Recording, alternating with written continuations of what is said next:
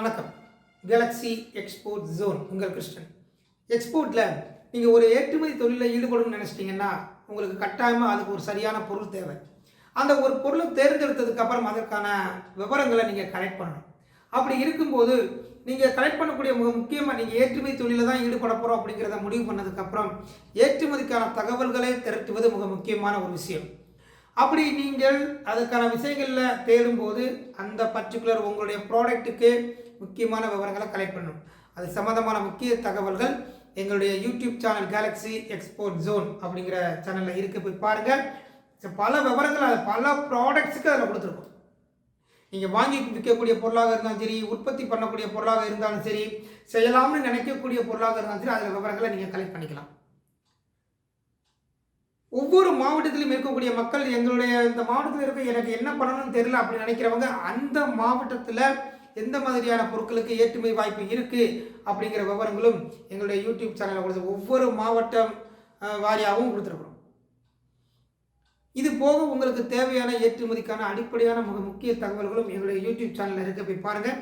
இதில் ஏதாவது உங்களுக்கு சந்தேகங்கள் இருந்தால், ஏதாவது உங்களுக்கு டவுட்ஸ் உங்கள் ப்ராடக்ட் சம்மந்தமான விவரங்கள் கேட்கணும்னு தோணுச்சுன்னா, அடிப்படை விவரங்கள் தேவைப்பட்டால் எங்களுக்கு கால் பண்ணுங்கள்.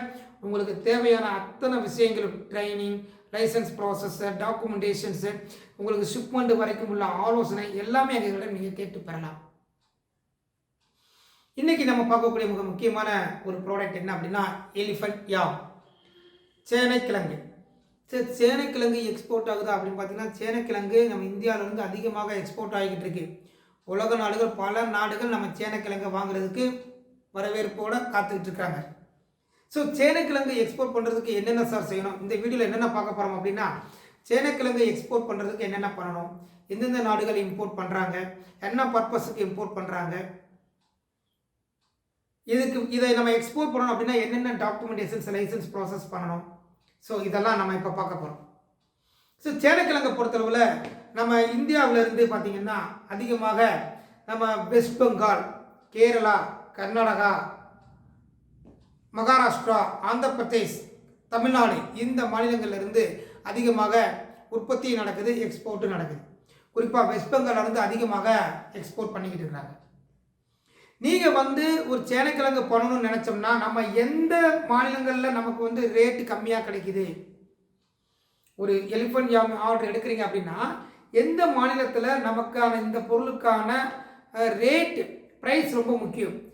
எப்படி நம்ம காம்படிட்டிவாக நம்ம வெளிநாடுகளுக்கு கொடுக்க முடியும், மற்ற நாடுகளோட போட்டி போட்டு, மற்ற பையர்ஸோட போட்டி போட்டு நம்ம கொடுக்கணும் அப்படின்னா எந்த இடத்துல சோர்சிங் பாயிண்ட் விலை கம்மியாக இருக்கோ அங்கேருந்து தான் நம்ம எடுத்து நம்ம எக்ஸ்போர்ட் பண்ணணும். அப்படி பண்ணால் தான் அதற்கான ப்ரைஸ் ஃபிக்ஸ் கிடைக்கும், கரெக்டான முறையில் கிடைக்கும். ஸோ அப்படி இருக்கும்போது வெஸ்ட் பெங்கால், ஆந்திர பிரதேஷ், கர்நாடகா, கேரளா, பீகார், தமிழ்நாடு, சத்தீஸ்கர் இந்த மாநிலங்களில் அதிகமாக உற்பத்தி ஆகுது. ஸோ உங்களுக்கு எது உங்களுக்கு சரியாகப்படுதோ, எந்த மாநிலத்திலேருந்து வாங்கலாம்னு தோணுச்சோ விலையை அனலைஸ் பண்ணிவிட்டு நீங்கள் பண்ணலாம். ஸோ சேனைக்கிழங்கை பொறுத்தளவில் என்னென்ன பர்பஸுக்கு வெளிநாட்டில் இம்போர்ட் பண்ணுறாங்க அப்படின்னு பார்த்தீங்கன்னா, நம்ம உணவுக்கு மட்டும் இல்லை, ஃபுட் இண்டஸ்ட்ரி அப்படிங்கிறது ஒரு பக்கம், அது எப்பயுமே தேவைப்படக்கூடிய ஒரு விஷயம். ஃபுட் இண்டஸ்ட்ரிக்கு வாங்குறாங்க. அடுத்து ஃபார்மசூட்டிக்கல்ஸ், மருந்து தயாரிப்பு துறை, அந்த ஃபார்மசூட்டிக்கல் இண்டஸ்ட்ரி, ஆயுர்வேதிக் இண்டஸ்ட்ரீஸு, இந்த மாதிரி இண்டஸ்ட்ரீஸில் இதுலேருந்து நம்ம ப்ராடக்டை எடுக்கிறாங்க. ஸோ நம்ம எந்த இண்டஸ்ட்ரீஸுக்கு என்ன மாதிரியான பர்பஸுக்கு தேவையோ அதற்கு தகுந்தபடி நீங்கள் உங்கள் ப்ராடக்டை அனுப்பலாம், உங்களுடைய சேனைக்கிழங்கை அனுப்பலாம். இந்த சேனைக்கிழங்கு அனுப்புறது எந்தெந்த நாடுகள் இம்போர்ட் அதிகமாக இம்போர்ட் பண்ணுறாங்க அப்படின்னா, UAE, யுனைடெட் அரபு எமிரேட்ஸ் அதிகமாக இம்போர்ட் பண்ணுறாங்க.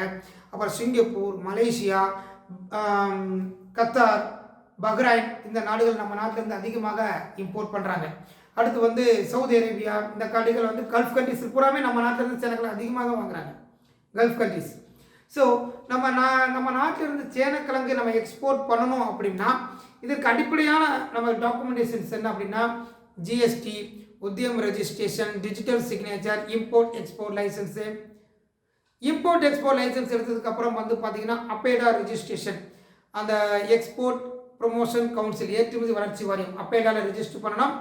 அதற்கப்புறம் இந்த பொருளுக்கு phyto sanitary PQ certificate, plant quarantine certificates கட்டாயமாக எடுக்கணும். ஸோ மற்ற சர்டிஃபிகேட்ஸ் என்ன பையர் உங்கள்கிட்ட என்ன கேட்குறாரோ அந்த சர்டிஃபிகேட்ஸ் நீங்கள் வாங்கி அனுப்ப வேண்டி இருக்கும். ஸோ நீங்கள் சேனக்கிழங்கு எக்ஸ்போர்ட் பண்ண நினச்சிங்கன்னா நீங்கள் தைரியமாக ஈடுபடலாம். நம்ம பல நாடுகளில் வாய்ப்புகள் இருக்குது, வாய்ப்பை உருவாக்கிக்கலாம். பல நாடுகள் சேனக்கிழங்கு தரமான சேனக்கிழங்கு வாங்குறதுக்கான வாய்ப்பை தேடிக்கிட்டு இருக்காங்க. அதில் நீங்கள் நம்ம தமிழ்நாட்டிலேருந்து அதற்கான ப்ரொசஸ் அதிகமாக இருந்தால் வாய்ப்பை நம்ம நிறையா உருவாக்கிக்க முடியும். கல்ஃப் கண்ட்ரிஸை பொறுத்தளவில் கல்ஃப் கண்ட்ரிஸில் நம்ம நாட்டுக்காரங்க ஏகப்பட்ட பேர் இருக்கிறாங்க. ஸோ அவங்க மூலமாகவும் வாய்ப்பை நம்ம உருவாக்கிக்கலாம். ஸோ ஓகே, இந்த எலிஃபண்ட் யாம் நீங்கள் எக்ஸ்போர்ட் பண்ண நினச்சினா அதுக்கு தேவையான எல்லா விஷயமும் எங்ககிட்ட லைசன்ஸு, ட்ரைனிங்கு, டாக்குமெண்டேஷன்ஸ் எல்லாமே எங்ககிட்ட பண்ணிக்கலாம். நன்றி.